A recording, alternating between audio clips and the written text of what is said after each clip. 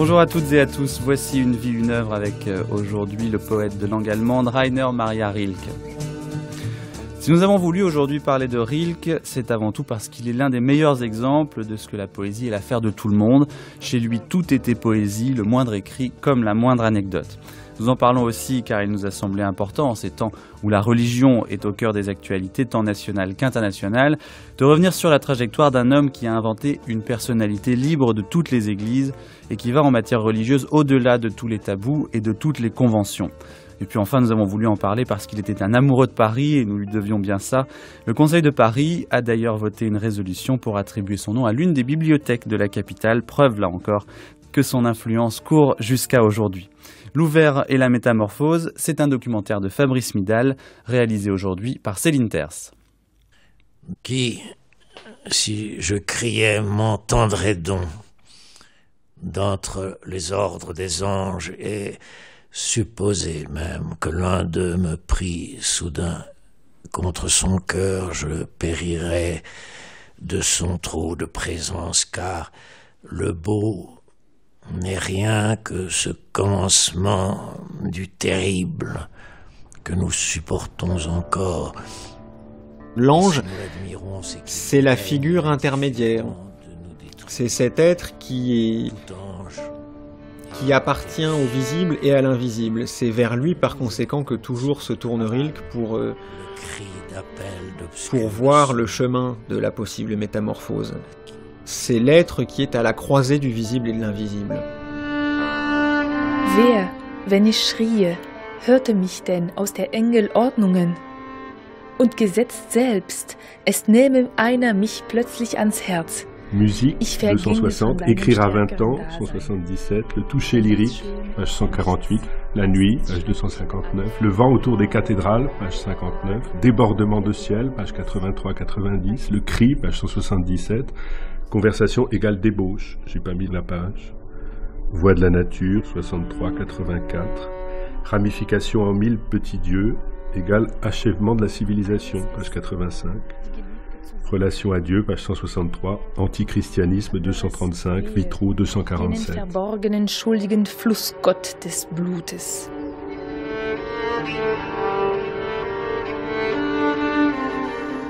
Rainer Maria Rilke, L'Ouvert et la métamorphose.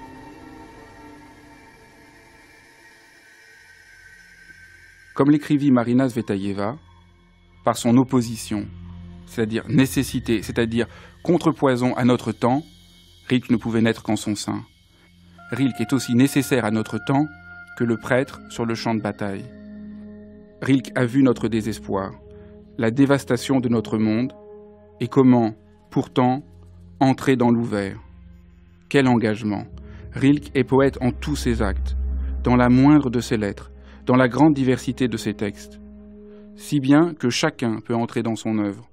Entre les très directes lettres à un jeune poète, jusqu'aux amples élégies de Duino, Rilke ne cesse de nous tendre la main, de s'adresser à nous. Il est le poète en sa plus pure incandescence. Pour cela, il n'a pas peur de l'intensité de la vie, de la folie propre à l'amour, de la démesure que demande l'effort d'être vivant. Rainer Maria Rilke, né à Prague le 4 décembre 1875, arrive à Paris en août 1902.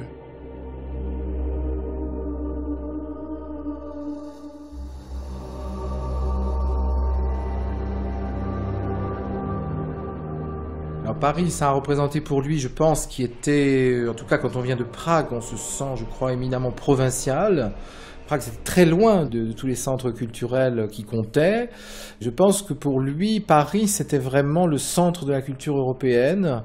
Je pense qu'il y avait aussi un désir de contact avec la langue française. Enfin, il y a chez Rilke une fascination pour les langues. Jean-Yves Masson. C'est bien connu. Bon, le russe, il a essayé d'écrire un peu en russe d'ailleurs. Il a écrit quelques poèmes. Et quand même, le français apparaissait comme la langue du pays d'où était venue toute la modernité finalement, pour prendre un mot commode qui vient de Baudelaire. Mais c'est vraiment pays de Baudelaire, de Mallarmé, etc. Donc le biais que Rilke a trouvé pour accéder à cette modernité, c'est de devenir le secrétaire de Rodin. Il avait trouvé cette place de secrétaire auprès de Rodin parce que sa femme, Clara Westhoff, était sculptrice et c'était une élève de Rodin. Et donc ces années de Paris, on en retrouve l'écho pour la plupart dans les cahiers de Malte Laurits Briguet, où l'adresse de l'appartement de Malte, de la chambre que Malte occupe, chambre d'étudiant, au quartier latin, juste derrière la Sorbonne. On voit toujours l'immeuble, on connaît tout à fait l'endroit. Cette adresse du roman, c'est l'adresse de Rilke quand il est arrivé à Paris, sans rien, perdu un peu dans cette ville énorme. Donc je pense qu'il y a cette découverte de l'anonymat de la grande ville qui est tellement traumatisant pour lui. Voilà quelqu'un qui vient des Brumes du Nord, je dirais. Ces colonies d'artistes, les deux jeunes femmes entre lesquelles il a hésité longuement au début du siècle. Donc c'est encore très germanique tout cela, et un peu informe, je dirais, avec une espèce d'exaltation, de ferveur qui marque les premiers livres de Rilke, ceux par lesquels d'ailleurs il a été si rapidement connu, célèbre et apprécié. Philippe Jacotet. Et je pense que le choc que raconte dans ce si beau livre qu'est resté Les Cahiers de Malte, c'est découvrir la réalité brutale d'une grande ville où la souffrance, la misère n'est pas cachée, bien que ce ne soit pas vu d'un point de vue social du tout chez lui, mais du point de vue d'un être hypersensible et qui est effrayé, presque hanté par ce qu'il voit dans les rues. Et ça, c'est le premier élément qui finalement est positif, parce que ça va durcir, enrichir son œuvre, son expérience. Musil, qui l'a beaucoup admiré, dit que la verrerie est devenue du marbre. C'est pas le mot vert, mais enfin, et c'est en effet ça, c'est-à-dire une langue qui se fortifie, et qui même se fortifie, je dirais, si ensuite on pense à ce qui suivra, un peu contre sa nature propre, c'est-à-dire que les Neue-Gedichte ne sont quand même pas le plus vrai Rilke, c'est presque comme une sorte d'exercice de langue et de style, où il y a de très belles choses, mais où son lyrisme profond, qui est quand même ce qu'il a d'essentiel, devra ensuite se reprendre le dessus dans les élégies. Mais il aura passé par cette épreuve de Paris, rude, mais extraordinairement positive, en fin de compte, et féconde pour lui. C'est vraiment la rencontre avec une sorte de déréliction moderne, la grande ville comme lieu où l'on a sous les yeux le spectacle de la solitude des êtres. Jean-Michel Maulepoix. Et notamment de ceux qui sont dans la difficulté. Donc il y a solitude extérieure, solitude intérieure, un échange, une espèce d'osmose et de creusement qui se fait entre les deux. Et à la faveur de cet échange ou de ce creusement, une conscience plus aiguë, me semble-t-il, de l'expérience poétique, qui est en quelque sorte localisée au cœur même de cet échange de solitude, de cette correspondance de solitude. Quand il arrive à Paris et qu'il commence les Cahiers de Malte, le terrible l'oppresse. Et les Cahiers de Malte vont l'aider à surmonter cette oppression. Adrien France-Lanor. Pas du tout de manière psychologique, parce que c'est pas une peur qu'on pourrait définir psychologiquement et ainsi guérir. C'est une peur qui est liée à l'enracinement dans l'existence, au face-à-face avec le fait même d'être. Et par conséquent, pour une telle épreuve, aucun instrument psychologique n'est en mesure de l'aider. Lou Andréa Salomé, qui le connaît très intimement, comprend que la psychanalyse non plus ne pourra pas faire grand-chose et ne l'invite pas, comme elle y avait pensé un moment, à poursuivre une psychanalyse, à entreprendre une psychanalyse avec Freud. Et il découvre cette époque où l'humanité devient masse. Et c'est ainsi d'ailleurs qu'il parle, on trouve le mot au début.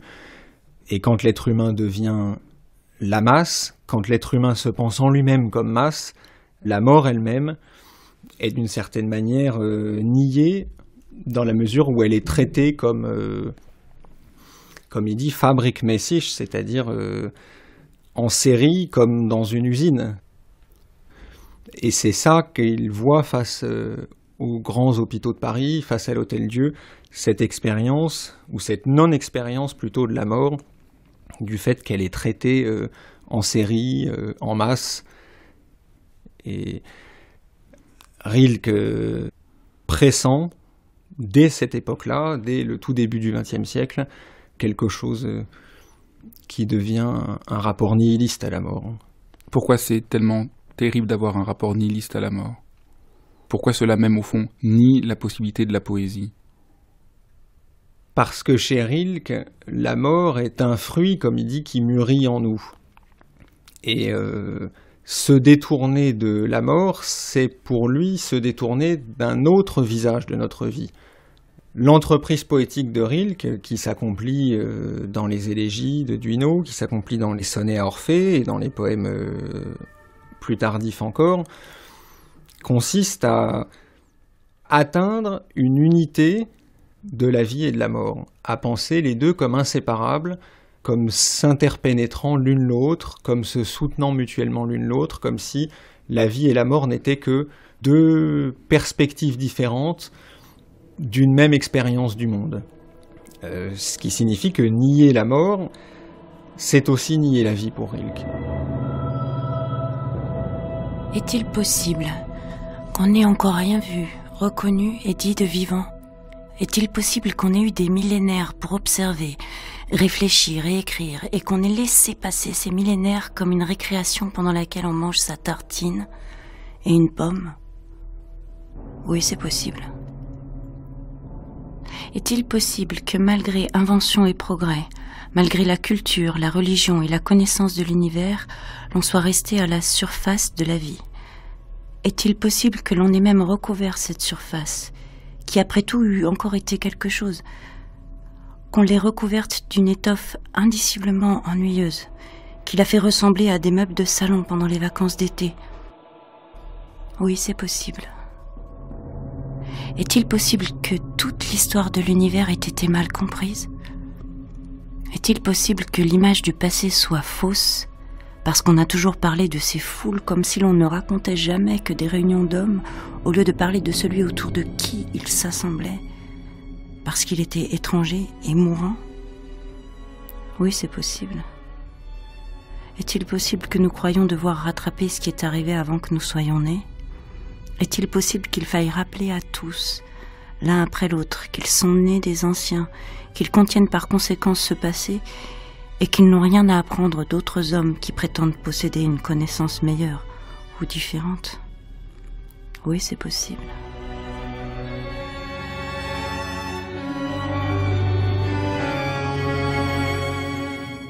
Et là, il y a quelque chose presque d'historial dans la découverte que fait Rilke, au-delà de sa simple perception. Dans Paris, il traverse l'enfer de notre temps, comme peut-être Dante avait pu le faire. Oui, c'est une forme de passage par l'enfer, oui, c'est tout à fait vrai, parce que le monde moderne refuse la mort. Enfin, c'est ce que dit déjà le livre de la pauvreté et de la mort, et c'est ce qu'il ne cessera de répéter jusqu'à la fin de sa vie, avec cette fameuse invocation qu'on rencontre très tôt chez lui: un seigneur donne à chacun sa propre mort. C'est ce que la ville moderne essaye d'arracher à l'individu, c'est la possession de sa propre mort. Et Rilke a toujours eu le sentiment que le monde moderne crée une forme d'artifice, de dématérialisation de l'individu. On devient une sorte de point abstrait dans l'infini et on ne possède plus le sentiment de sa propre mortalité. Alors c'est ça qu'il a essayé de réapprendre dans le climat parisien. Et encore, est-il possible qu'on croit pouvoir posséder un Dieu sans l'user? Oui, c'est possible. Mais si tout cela est possible, si tout cela n'a même qu'un semblant de possibilité, mais alors il faudrait, pour l'amour de tout au monde, il faudrait que quelque chose arrivât.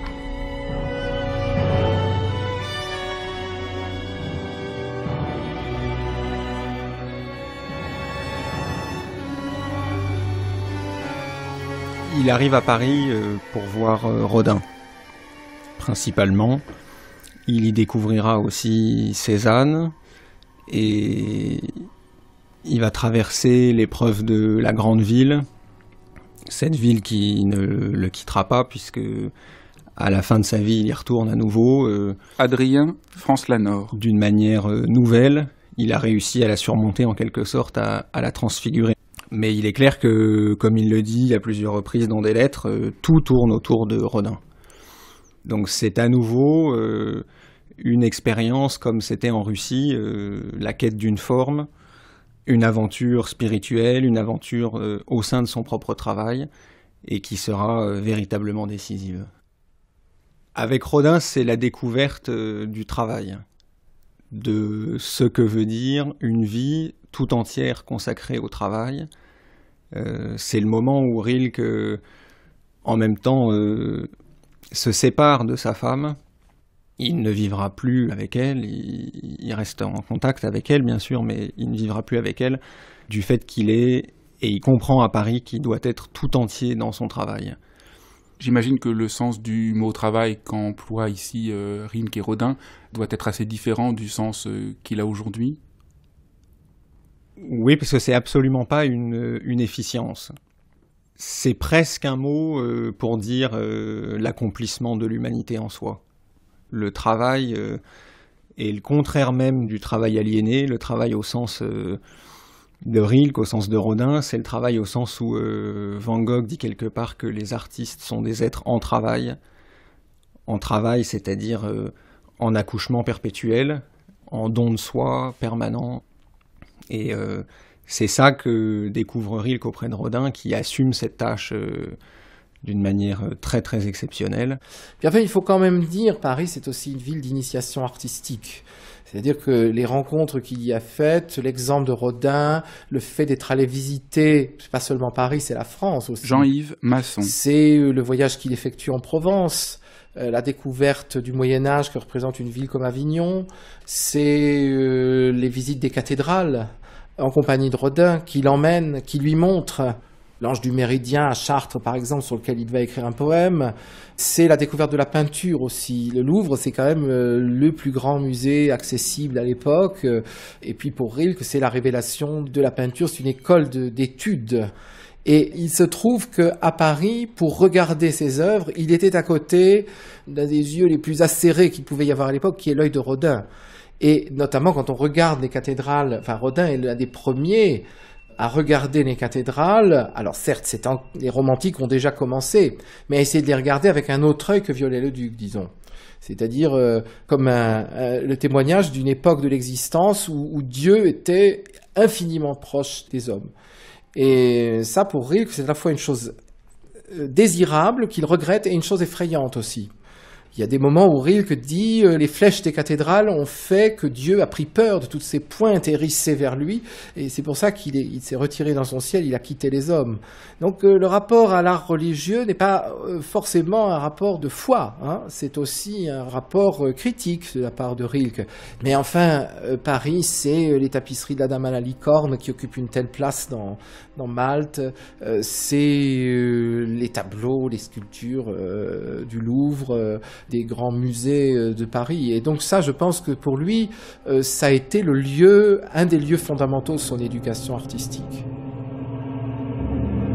À Paris, ce dont il parle, c'est d'une épreuve de solitude, même de détresse, mais en même temps de constitution de lui-même dans la rencontre avec Rodin et Cézanne. Il découvre en fait deux choses, à mon sens, avec Cézanne.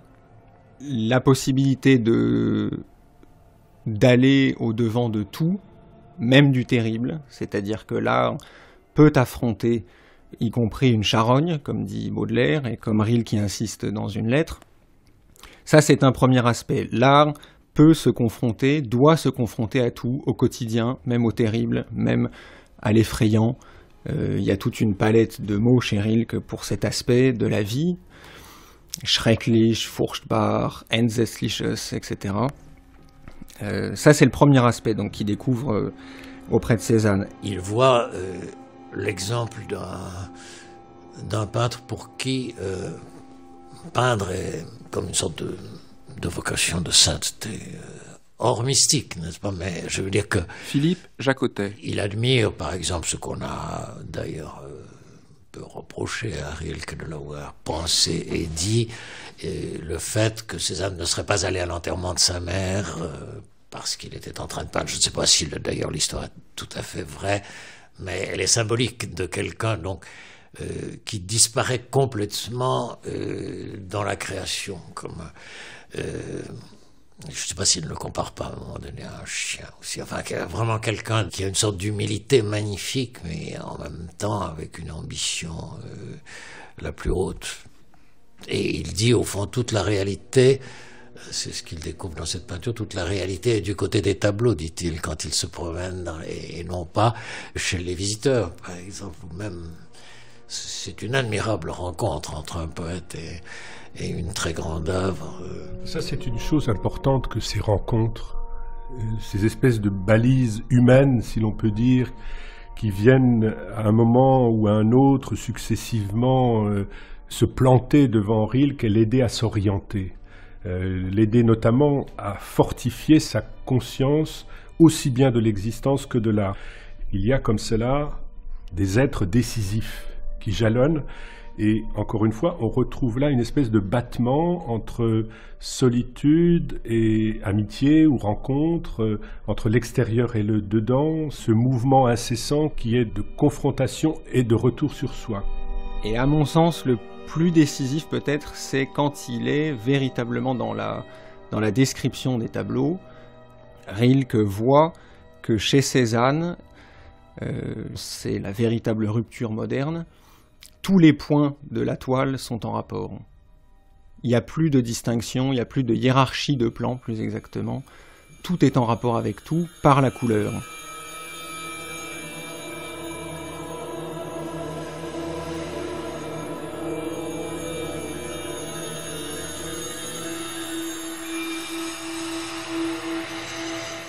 Philippe Jacotet, est-ce qu'on pourrait revenir juste sur cette manière dont ce poète, qu'on a trop souvent vu comme d'un lyrisme un peu désincarné, est quand même celui qui s'est ouvert au monde dans l'aspect le plus tragique, des cahiers de Malte, Lauridt Brigueux, puis dans les élégies, où il fait vraiment l'épreuve de ce qui manque à l'homme pour exister.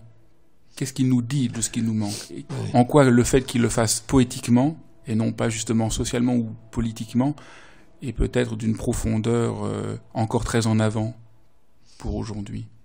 Je crois qu'il y a l'aspect de l'informité, enfin du fait qu'on se défait. Vous savez, il dit aussi, je crois que c'est dans les élégies qu'il dit quelquefois je prends ma tête dans mes mains pour avoir l'impression d'exister un peu, parce qu'autrement il est comme un fantôme au fond. Et il y a ce risque d'être un fantôme, de n'avoir pas vraiment de substance. Ça, c'est un des aspects du drame moderne, parce qu'il n'y a plus de centre, parce qu'il n'y a plus de cadre, que ce soit religieux ou métaphysique. Bon, c'est la fameuse histoire du sujet qui n'a plus de personne, dont on ne peut plus parler du sujet, disons, c'est Musil, c'est tout cela. Donc chez lui, ça prend cette forme, mais il y a aussi le factice. L'autre danger, si peut-être on pourrait dire un peu cela, c'est que ou bien l'homme risque d'être une sorte de fantôme inconsistant, qui se défait à tout moment, ou bien il risque de devenir une sorte de mécanique, de robot. Et il y a eu une période où on a tourné le dos à Rilke juste après la Seconde Guerre mondiale, parce qu'on avait l'impression justement que c'était le poète de la rose et le poète des châteaux, et que ce n'était plus lisible après la guerre, et qu'au fond c'était une œuvre dépassée qui était presque du 19e.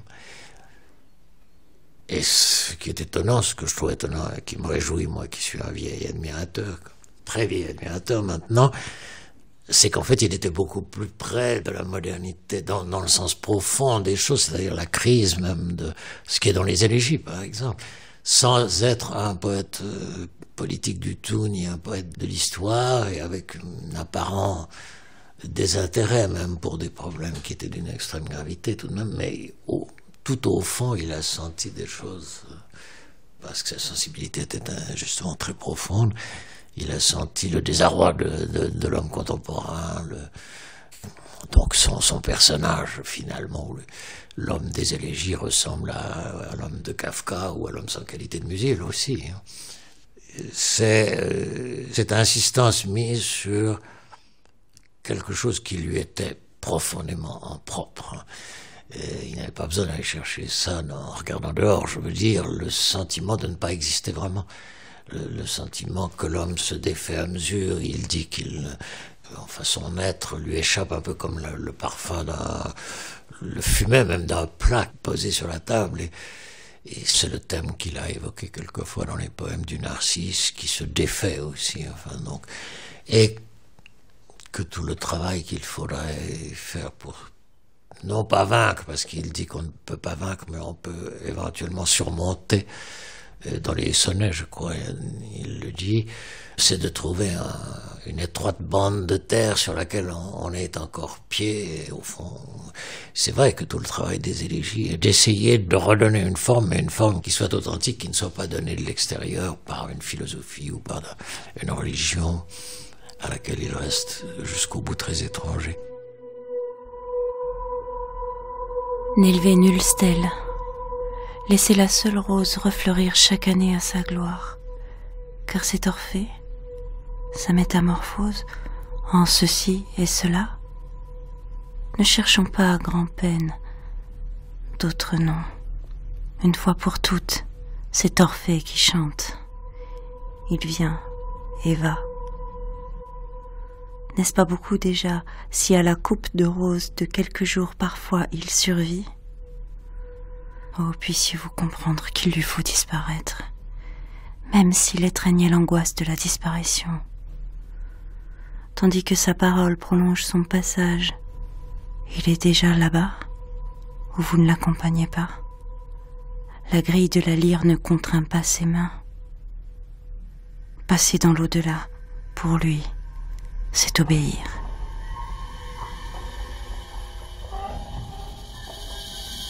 Il dira plus tard de Paris qu'il s'y sentait comme une plaque photographique surexposée.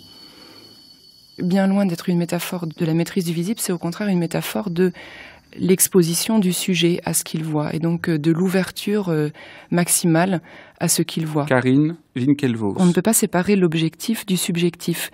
Par exemple, dans cet épisode très célèbre où le narrateur, Malte Lauritzbrigge, qui est donc un jeune Danois, un aristocrate arrivé à Paris pour devenir poète, où donc Malte se trouve devant un pan de mur, le dernier mur qui subsiste de maisons arrachées. Et il dit, on voyait l'intérieur de cette maison qui n'est plus. Il décrit tout cela et termine par un choc. Il dit, après avoir décrit ça donc très longuement, on dira que je suis resté longtemps à regarder cela, mais je veux jurer que je me suis mis à courir dès que je l'ai reconnu, car c'est bien là le terrible, c'est que je l'ai reconnu. Et je l'ai reconnu parce que tout cela était aussi en moi. Donc apprendre à voir, c'est se laisser exposer, se laisser ouvrir par ce qu'on voit, être regardé par ce qu'on voit.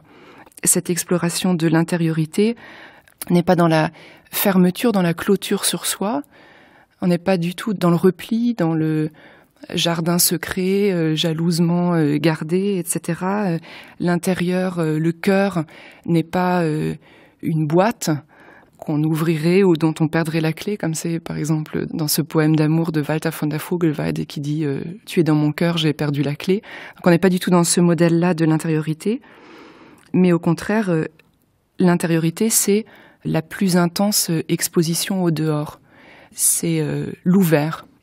Rilke traverse véritablement l'existence tout entière comme un lieu d'apprentissage général de la condition humaine, l'espace d'une destinée où tout est conduit à se réfracter ou bien à se fondre en quelque sorte dans une conscience approfondie de l'expérience poétique. Jean-Michel Maulepoix.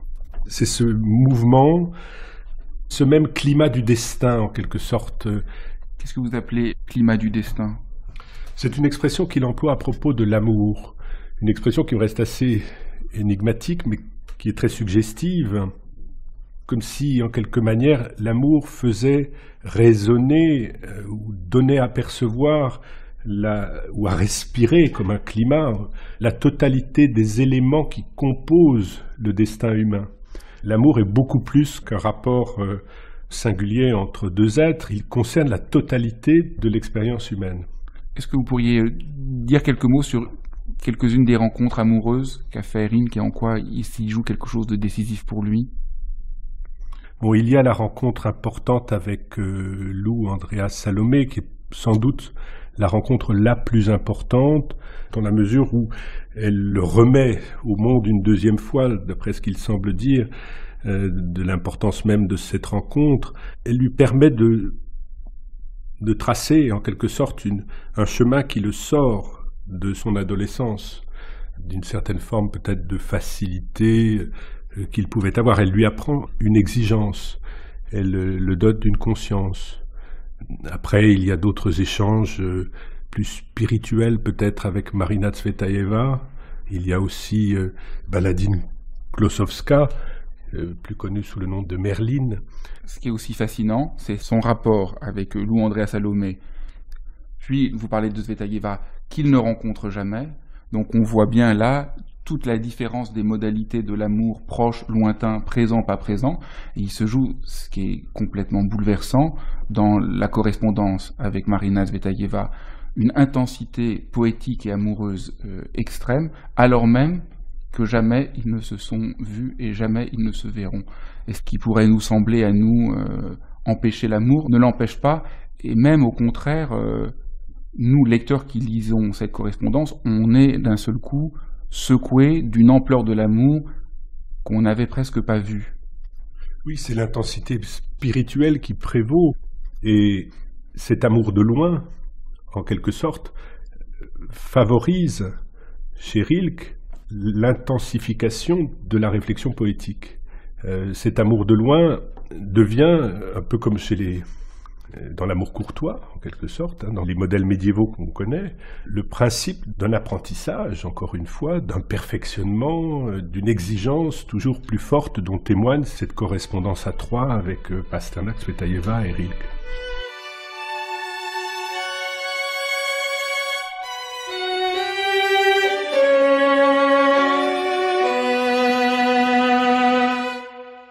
Ces pertes dans le tout, Marina, ces étoiles qui croulent, où que nous nous jetions, vers quelle étoile, nous ne la croissons pas. Le conte est toujours déjà clos. Ainsi, qui tombe ne diminue pas le chiffre saint. La chute renonçante choit dans l'origine et, là, guérit.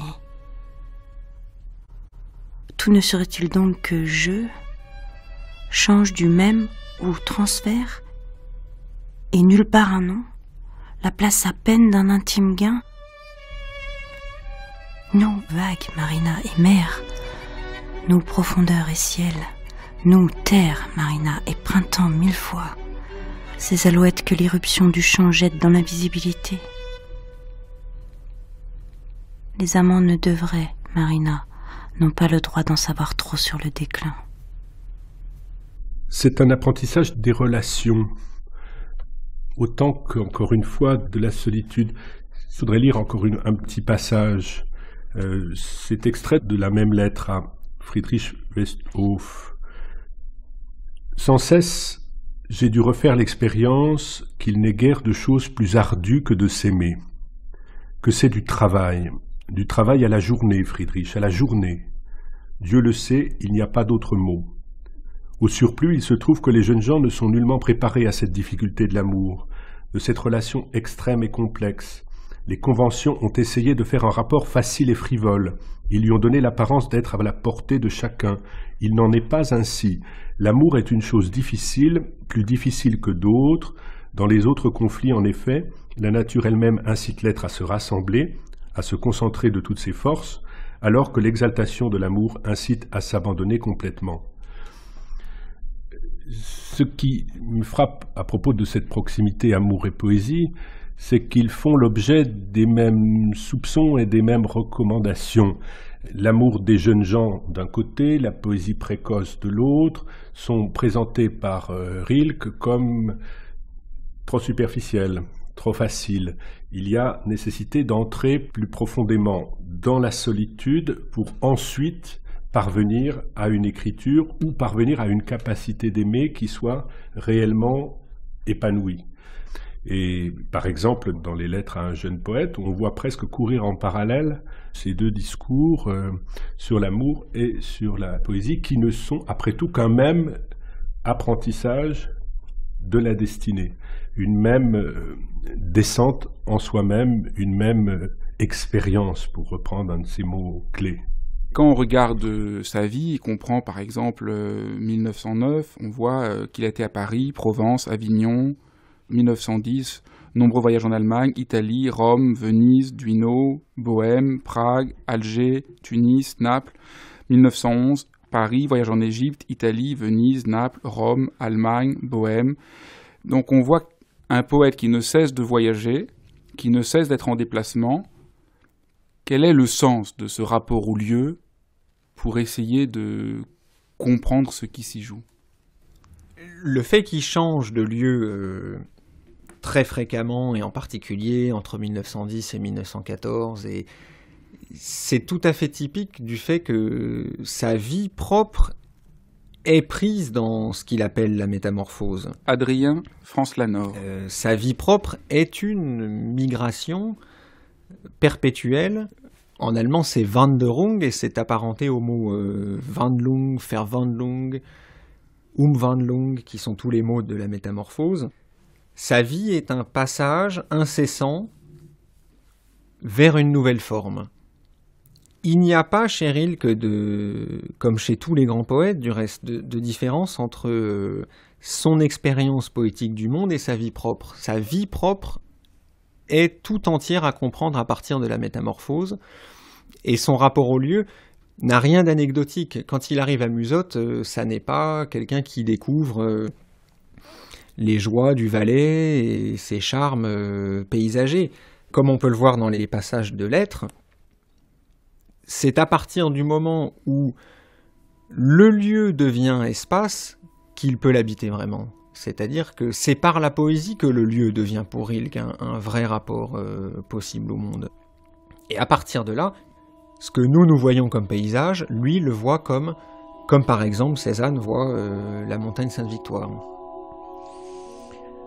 L'ignores-tu encore que tes bras ajoutent leur vide aux espaces par nous respirés, et les oiseaux peut-être éprouveront l'air élargi d'un plus intime vol.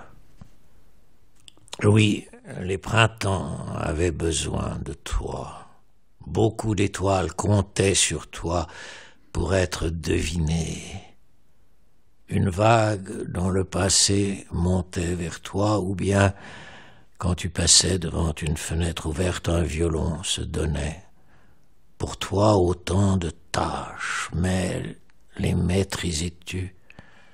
N'étais-tu pas toujours distrait par une attente, comme si toute chose t'annonçait une aimée?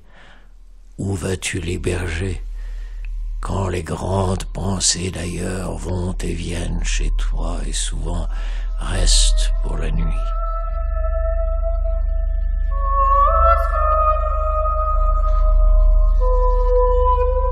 Philippe Jacotet, est-ce qu'on pourrait essayer de raconter l'histoire des élégies et comment, en 1912, alors qu'il a 37 ans, il commence à écrire ce texte considérable dont vous venez de proposer une nouvelle traduction? C'est une belle, presque trop belle histoire, parce qu'elle pourrait peut-être donner trop de place à une sorte d'inspiration, mais c'est quand même bien, il faut bien avouer le cas d'après tout ce qu'il raconte, c'est-à-dire qu'il est donc au château de Duino, une fois de plus chez une amie fortunée, donc où il a trouvé une sorte de refuge, et où il raconte que des vers lui sont donnés, et qu'il les note tout de suite, et qu'il a l'impression vraiment que...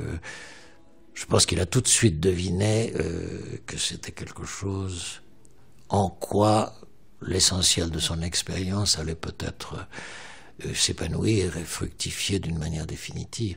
Donc il note vraiment comme sous la dictée ces deux premières élégies qui sont d'ailleurs les plus lyriques, et une partie de quelques-unes ultérieures qui seront ultérieures, et en particulier ce qui est assez frappant aussi le début de ce qu'il imagine devoir être la dernière, peut-être pas la 10e nécessairement, et qui est justement celle où il exprime le vœu que ces anges qui ne lui répondent pas, qui se détournent, donc le chant est lancé du fond d'une expérience d'angoisse existentielle profonde et n'a pas d'écho. Il souhaite, dans le début qu'il écrit très vite, donc de la fin, que les anges répondent, et qu'il y ait une sorte d'accord qui se retrouve, et que ce qui est une plainte cesse d'être une plainte pour devenir un hymne, comme il avait pu en trouver chez Hölderlin, qu'il a tout de même découvert avec beaucoup de passion dans ces années-là. Et puis, il y a cet événement pour lui dramatique, que l'inspiration se tait, et que commence la période de la guerre qui pour lui est extrêmement dure. Et du coup, quand il pourra reprendre les élégies, elles vont changer beaucoup de ton. Des paroles d'une brutalité auxquelles sa poésie n'avait habitué aucun de ses lecteurs. Et quand on est allé à Museau, on a tout à fait on comprend la réaction de Valéry, qui a dit, je crois que c'est lui qui a employé cette image de l'armure. Il est comme un... Parce que c'est d'une petitesse incroyable, cette tour. Ça oppresse presque de voir ce lieu dans lequel il s'est enfermé, et où alors le jaillissement longtemps contenu est revenu avec une violence assez impressionnante, enfin, le mot assez ridicule, très impressionnante. Et pour lui, c'est évidemment une sorte de bonheur, parce qu'il a l'impression qu'il a quand même fait pourquoi il était destiné à être un poète, c'est-à-dire arriver au bout de ce très grand chant. À Musotte, il y a là quelque chose d'extrêmement âpre, de très dur. Certaines nuits à Musotte, Rilke ne pouvait pas rester, il faisait trop froid, il allait dormir à l'hôtel. Donc c'est pas la vie de luxe dans un château qu'on imagine souvent quand on parle de Rilke, allant de château en château et pour écrire. Mais c'est un lieu qui avait deux qualités fondamentales pour Rilke. La première, c'est que c'était un lieu isolé, et la deuxième, c'est que c'était un lieu ancien. Jean-Yves Masson. Alors, à Musotte, l'éducation de Rilke, elle était faite. Il avait besoin de connaître ce temps de concentration sur soi qui lui permettait de terminer cette œuvre qu'étaient les élégies, qui était bloquée depuis 10 ans, un peu moins de 10 ans, et dans laquelle il n'arrivait pas à avancer. D'ailleurs, tous les amis de Rilke pensaient qu'il ne finirait jamais les élégies de Duino.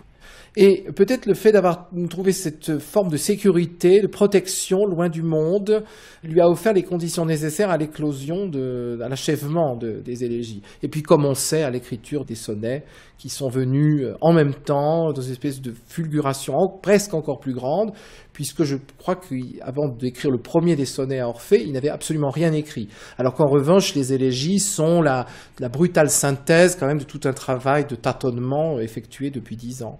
Le long silence qui dure de 1912 à 1921, même si d'une certaine manière il ne cesse pas de travailler aux élégies, ou disons, si les élégies ne cessent pas de travailler en lui pendant toute cette période, c'est quand il arrive à Musotte que se redéploie pour lui la constellation. Adrien France-Lanor. Avec cette redécouverte de l'expérience dont nous avons parlé à propos de Cézanne, le monde est une mise en tension de tous les éléments. Et c'est quand,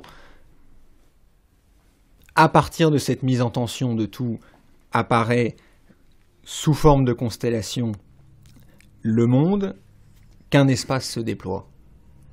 Et ce déploiement du monde en espace, au fond, c'est le sens de ce qu'il appelle métamorphose ou transformation.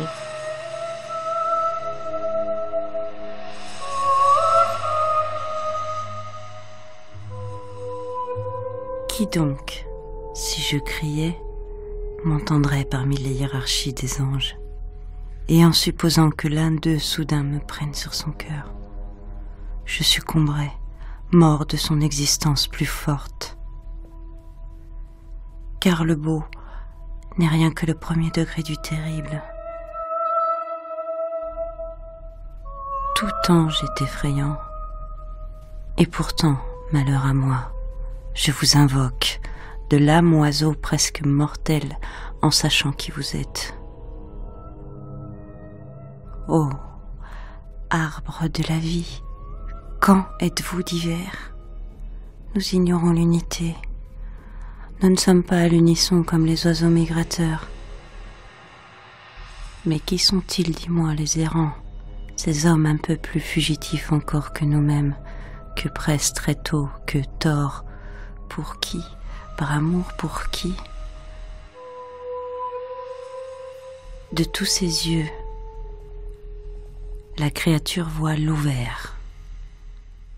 La métamorphose chez Rilke, la Verwandlung, c'est le fait que chaque chose est à voir en même temps sous une autre face. C'est la possibilité de voir dans une dimension où s'entr'appartiennent les rapports. Il ne s'agit pas de surmonter la tension entre la vie et la mort, il ne s'agit pas de surmonter la tension entre l'intérieur et l'extérieur, il s'agit d'accéder à la dimension en laquelle visible et invisible ne font plus qu'un.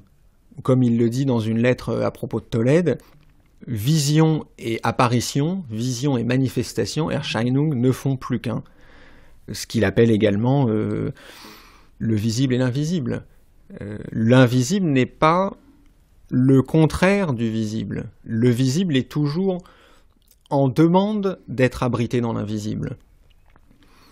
Et chacun des lieux, des vrais lieux qui sont ceux de la vie de Rilke, est une telle possibilité. Dans la mesure où la métamorphose, c'est l'acte même du travail poétique. Le geste rilkéen, c'est de rendre la terre à elle-même, de rendre le visible à lui-même en l'abritant dans l'invisible.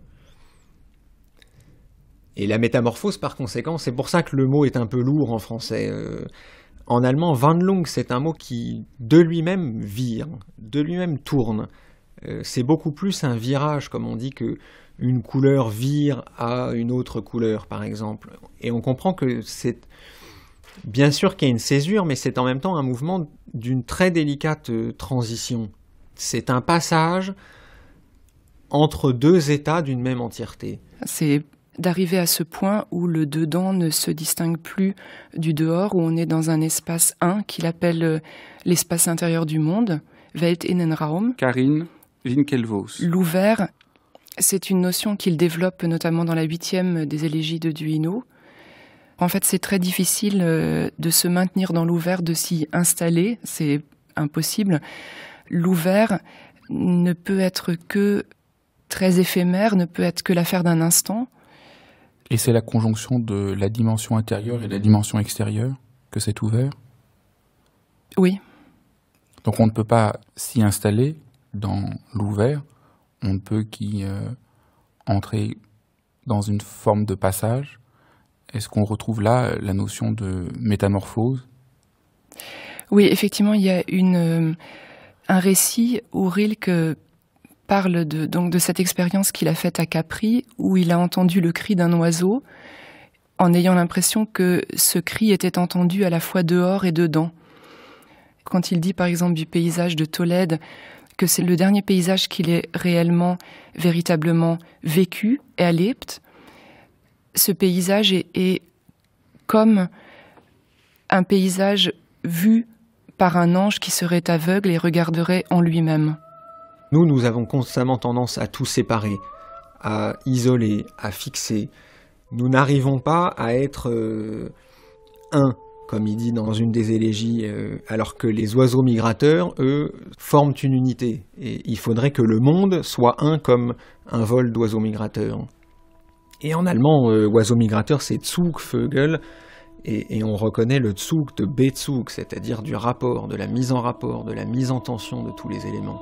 D'où le poème comme lieu possible d'une articulation de ce qui ne peut pas venir en discours et qui a besoin de se formuler autrement. Le poème comme lieu d'une réflexivité, comme lieu d'une conscience, comme lieu, encore une fois, d'un apprentissage. Jean-Michel Maulepoix. Le mouvement, le chemin vers, le passage sont toujours plus importants, plus décisifs que les points auxquels on parvient. Et d'ailleurs, la mobilité même de l'existence de Rilke porte témoignage de cette espèce de fécondité du mouvement, de nécessité de... On ne peut pas s'arrêter sur s'en remettre à. Il faut aller plus avant. La poésie va plus avant, disait Paul Celan. Je crois que la formule vaut bien déjà pour Rilke aussi.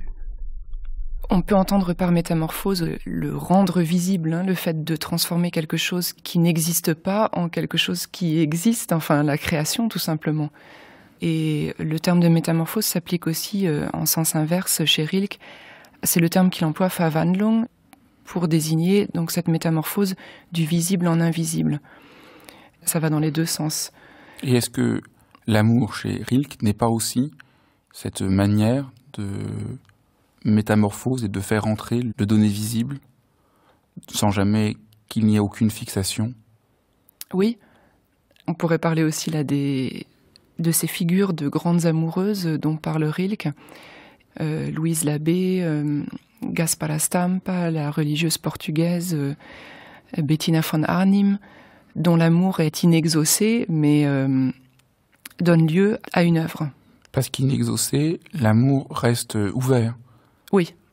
Et le danger qui guette à chaque instant, c'est de séparer l'intérieur de l'extérieur, de séparer l'ici et le là-bas, de séparer la vie de la mort et de faire de l'amour une forme de possession close sur elle-même au lieu d'en faire l'élan qui toujours nous pousse plus avant. Et donc au fond, l'amour intransitif, c'est l'amour qui est gardé, toujours plus ardent et en même temps dans sa plus grande sobriété. Oui, c'est ça. Et surtout, c'est aussi une intériorité qui n'est pas dans l'épanchement, dans l'effusion, dans le bavardage sentimental ou dans le sentimentalisme bavard, mais au contraire dans l'exposition aussi à l'indicible, à ce qui n'est déjà plus de l'ordre de la parole. Et dans ce très beau poème de 1914, exposé sur les flancs des montagnes du cœur, Rilke présente cette montagne du cœur comme le lieu où la parole se fait très rare. Et celui qui gravit ces montagnes du cœur est celui qui a quitté la vallée des mots, la vallée du langage courant qu'on peut encore échanger, où on peut encore communiquer. Donc celui qui gravit les montagnes du cœur a quitté cette vallée. Il a dépassé aussi la dernière ferme de sentiments. Et donc, en ce sens, l'amour dont il parle n'est plus de l'ordre du sentiment ordinaire, parce que l'amour est bien cet espace où nous pouvons nous toucher. Nous toucher peut-être que par un bruissement d'ailes, comme il le dit dans la dédicace du livre qu'il envoie à Marina Tsvetaeva. Et donc, l'amour, c'est le seul espace où on peut se toucher. Et sans amour, au fond, il n'y a pas de possibilité même de se rencontrer et d'être en rapport à quoi que ce soit. Oui, le sentiment est quelque chose qui est tout sauf individuel. On est dans l'anonyme, on est dans l'originel aussi, dans ce qui nous dépasse, dans ce qui est au-delà de nous-mêmes. L'amour est, comme tout chez lui, est pensé à la lumière de la métamorphose, et c'est pour ça que c'est une telle épreuve. Rilke n'est pas du tout un romantique, ni en général, ni dans les rapports amoureux, et ni dans ce qu'il dit des amants. Dans la 8e élégie, il parle de der Liebe lange Erfahrung, c'est-à-dire de la longue épreuve, la longue expérience qu'est l'amour, et c'est bel et bien une épreuve, c'est-à-dire que c'est une traversée pour des êtres humains. Et il insiste souvent dans des lettres, à un jeune poète ou d'autres, sur le fait que l'amour s'apprend. C'est un véritable apprentissage, que c'est un travail, à nouveau, comme il parlait de travail avec Rodin, avec Cézanne, l'amour est véritablement un travail. Il faut que se produise entre deux êtres humains ce mouvement de perpétuel échange et transformation, transfiguration à neuf l'un pour l'autre. C'est comme il dit au jeune poète, il faut mûrir, devenir quelque chose en soi-même, devenir monde en soi-même pour un autre. C'est pour ça que c'est un travail. Se faire monde pour un autre, ça n'est pas possible sans ce que Rilke appelle également la solitude. Tu as en moi été subitement éclos, hissé ma semence en un arbre brutal. Ô spacieuse, en toi sent l'arc de la nuit où il s'émancipe. Alors il s'éleva, croît jusqu'au firmament, reflet qui côtoie des arbres. Ah, renverse-le, pour qu'en ton ventre retourné, Ils connaissent l'envers du ciel, en quoi il se cabre pour de bon, et pour de bon jaillit. Paysages audacieux, tels ceux que les voyantes contemplent dans leur boule. Cet intérieur où, de leur extérieur, les étoiles se jettent. Là-bas, la mort fait jour, qui dehors semble nuit. Et là-bas sont tous ceux-là qui furent, unis à tous ceux qui seront, et groupe sur groupe se groupent ainsi que le veut l'ange.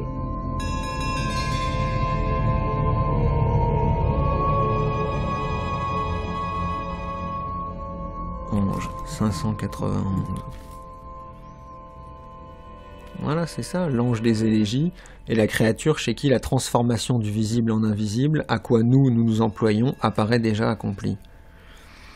L'ange des élégies est le garant du plus haut degré de réalité de l'invisible, etc. Chez lui, c'est déjà fait, en même temps, il est intermédiaire, donc il est encore visible pour nous, disons. Les anges tels qu'il les décrit, c'est le poète. En fin de compte, c'est le poète tel qu'il devrait être, c'est-à-dire celui qui circule entre les deux, entre le monde des vivants et le monde des morts, entre le fini et l'infini, c'est vraiment une figure, beaucoup plus qu'une figure religieuse, c'est une figure du poète tel qu'il l'imagine réalisé. Et c'est celui qui appartient je crois que c'est ce qu'il dit dès le premier sonnet, celui qui appartient aux deux, ce qu'il appelle les deux domaines, le royaume des morts et le royaume des vivants. Ça, c'est une des grandes hantises aussi de Rilke, enfin, un rêve profond qu'il n'y aurait plus de rupture et de dissonance et de mur entre les deux. Et c'est vrai qu'on peut penser que le langage poétique, c'est à ça qu'il a affaire. On peut avoir cette espèce d'illusion que la porte est passée, enfin la porte qui est d'une certaine manière définitivement fermée, ne l'est pas au langage de la poésie. Enfin, c'est quelque chose de très extraordinaire dans la pensée de Rilke. En tout cas, le poète est celui qui peut, peut-être, dans des moments privilégiés, circuler librement, à la manière des anges.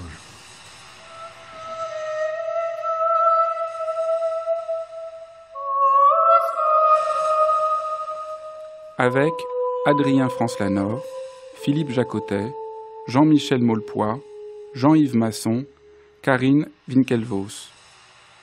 Les poèmes étaient lus par Garance Clavel, Laurence Courtois, Éric Herson-Macarel. Coordination, Sophie Baubert. Prise de son, Pascal Baudin, Éric Damaggio, Jean-Christophe Deloche, Claire Levasseur, Frédéric Sordoyer. Rainer Maria Rilke, L'Ouvert et la Métamorphose. Une émission de Fabrice Midal, réalisée par Céline Terce.